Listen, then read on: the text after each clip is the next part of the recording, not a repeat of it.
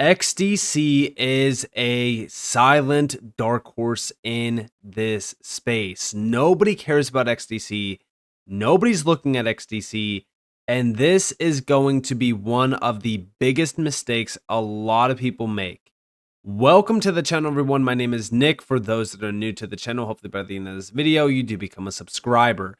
If we take a quick look at XDC, it is currently trailing right around the same prices where we were at before we ran all the way up here to roughly 8 cents almost.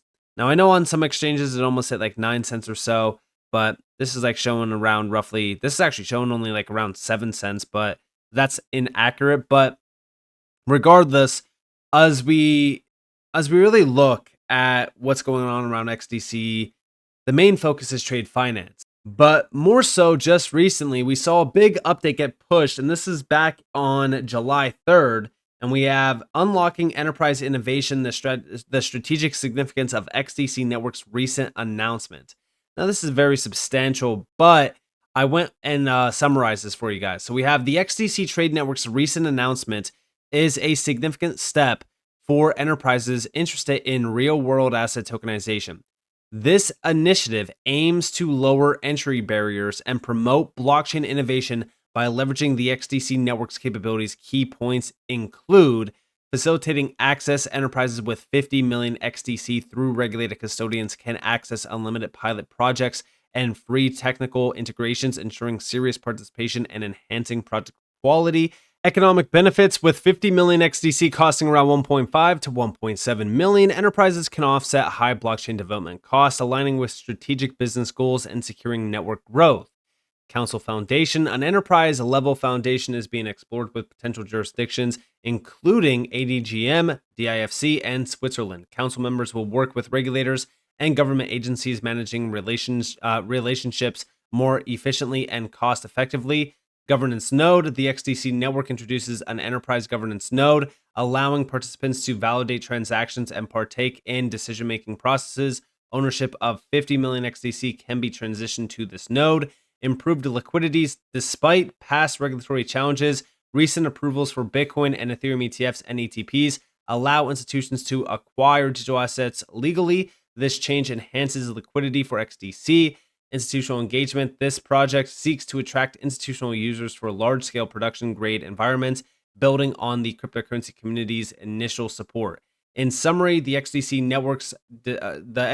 Trade Networks initiative is poised to advance blockchain adoption by reducing economic barriers, enhancing technical support, and fostering institutional engagement, ultimately integrating real-world assets with blockchain technology. Now, why is this so important? Well, let's take a few things out from this. Number one is enterprises with 50 million XDC. Okay. If they have 50 million XDC, which by the way costs 1.5 to 1.7, the goal here is that they can offset high blockchain development cost, which also allows them access to unlimited pilot projects and free technical integrations. So why is this coming out? By the way, you got to remember who's writing this. This is from Atul from XDC. This is the co-founder of XDC. So why is this being written? Well, it seems as though they are preparing for major enterprises and institutional users at large-scale production-grade environments that are going to come over here and scoop up a large portion of XDC. That's what I'm gauging off of this. But what about the big focus here, which is RWA, tokenization?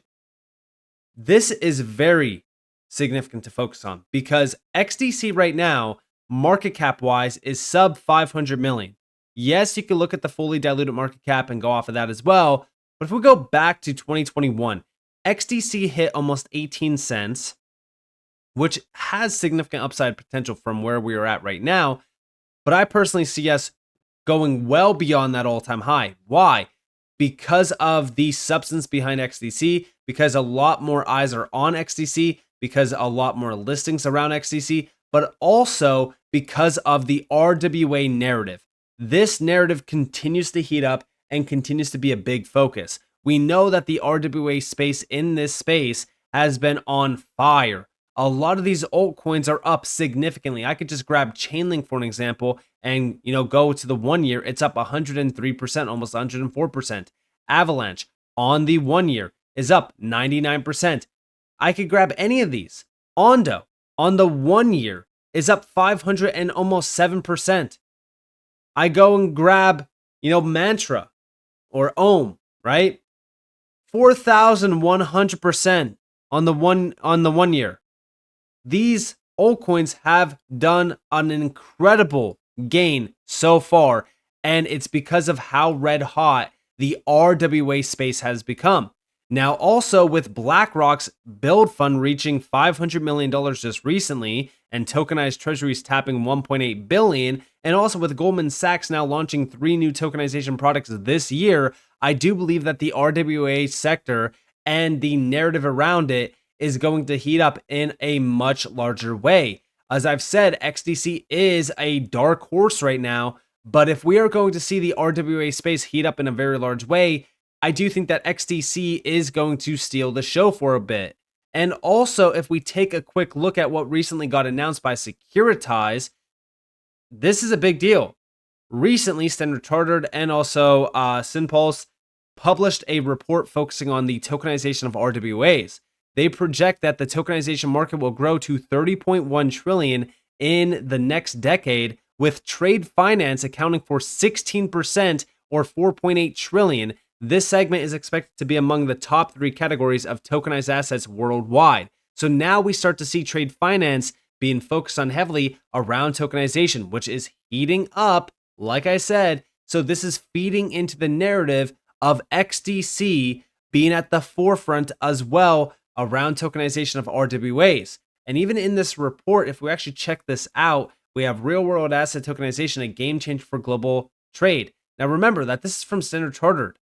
This is a big TradFi player as well, just like BlackRock, just like Goldman Sachs, just like all of these big players now looking into tokenization.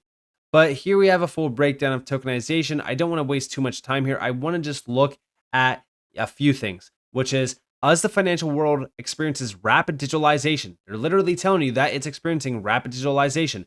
Digital assets stand at the forefront, revolutionizing how we view and exchange assets, combining the innovation brought by blockchain with traditional finance. They usher in a new era of digital finance that is fundamentally reshaping our sense of value and ownership. And here they even mention trade finance assets as well, with RWAs, CBDCs, and even blockchain itself. The introduction of blockchain technology was the game changer. It is revolutionizing the financial markets. What was once unthinkable is becoming a reality, and tokenization has emerged as a crucial element in expanding digital assets markets, transforming them from niche and experimental to widely accepted and mainstream.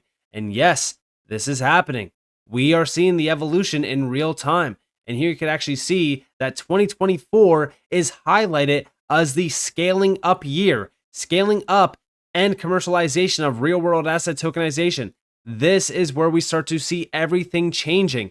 And here we have driven by client demand and the potential opportunity that tokenization can bring to banks and the global digital economy. Financial institutions are increasingly looking to integrate digital assets into their services. And what is one market that I have told you is at the forefront of digitalization and even tokenization? Well, it's trade finance. Here we have tokenization and trade finance. Why now? As tokenization brings unprecedented levels of liquidity, divisibility, and accessibility for an asset class that has been perceived as complex over the past decade, the current macro and banking environment acts as a catalyst for adoption. The missing middle unlocking the multi-trillion opportunity in bridging the trade finance gap. And we know XDC was specifically handpicked to do so. It is a $2.5 trillion global trade financing gap that needs to be answered for. And also, this means that the combined amount of current and undisclosed trade finance gaps could reach a potential total opportunity of 5 trillion instead of that 2.5 trillion because of enterprises and a few things behind it. For an example, we're talking about financing, right? As current trade financing covers 80% of all exports today, another 10% can represent an additional undisclosed trade financing gap, as enterprises have either not sought such financing or have no access to it. XDC is allowing this to become a reality. This is why I say that the trade finance space is so untapped. It is a ripe for disruption market. And I told you guys back in 2023 that DLT applications will likely begin in areas without many legacy investments in automation, such as trade finance and syndicated loans in the financial sector. Over here is the full breakdown of this. And remember that this is from the World Bank themselves. They're literally telling you that DLT adoption will occur in these markets like trade finance that have barely little to no legacy investments in automation. The technology behind trade finance is still running heavily on paper-based processes. We need this to change. This is where things get very, very interesting. And this is why I say, as everyone is focused on the flashiness in the space and all of the big use cases around, for an example, like cross-border payments or payments in general, look at where this is really going to start and look at what the big players like the World Bank are literally telling you, which is, guess what? Trade finance and syndicated loans are the starting point. This will set the pace for all other markets to truly be tokenized and also digitalized. And also remember, just a couple of days ago, there was a huge event. It was on July 10th, and this is from the ITFA FinTech Committee seminar with XDC there as well, because remember, the ITFA handpicked Xinfin. And if we actually look here, the head of XDC Network Enterprise Alliance and Ventures will present on D&I testimonials funding MLATR transactions, sharing insights on how the XDC network drives innovation in digital negotiable instruments and multi-banking trade solutions. This goes back to what Senator Tarter was telling us over here around SMEs, MMEs, even MSMEs. And when I say this is like micro, small, medium enterprises. They don't have funding. They don't have access to funding. This is where we look at who is going to provide the funding. How is liquidity going to touch trade finance? Then we look at what XDC is trying to do here. XDC is trying to give or ultimately bring about funding for these big players, multi-banking trade solutions, digital negotiable instruments, tokenization of trade finance instruments as well to provide liquidity for a market that is extremely illiquid. Seminar highlights were recent policy and technology developments in digital trade, hands-on experience with MLATR compliant D&I transactions, network with leading experts and professionals in the fintech and trade sectors as well. Digital trade is becoming a reality. A lot of these events, a lot of the big moves happening around standardization and even regulations are highlighting that. And remember how crucial XDC actually is for all of this. I truly believe that XDC will become one of the biggest players in trade finance. If not, it will be the biggest player in finance around blockchain. But also, remember with RWA tokenization heating up still, I think that this is going to be one of the biggest narratives going forward because of how big tokenization will be. It's not going to slow down. It's only going to get bigger and bigger and bigger. Just remember that trade finance has been so overlooked. I think that that's going to be the first major market or industry, I should say, that gets revolutionized, and XDC has the foot through the door. XDC has front run opportunity when it comes to trade finance. This is why I say so many people are overlooking XDC. This could be the dark horse, the hidden dark horse that's so silent in the background, really kind of becoming a giant where nobody cares to look at it. So with that being said, I hope you guys enjoyed this video. If you guys did, definitely leave a like, subscribe to notifications on because more free content. You guys are more than following me on Twitter and join the free Discord down in the description below. And with that being said, guys, it's been Nick. Thanks for watching. Peace out.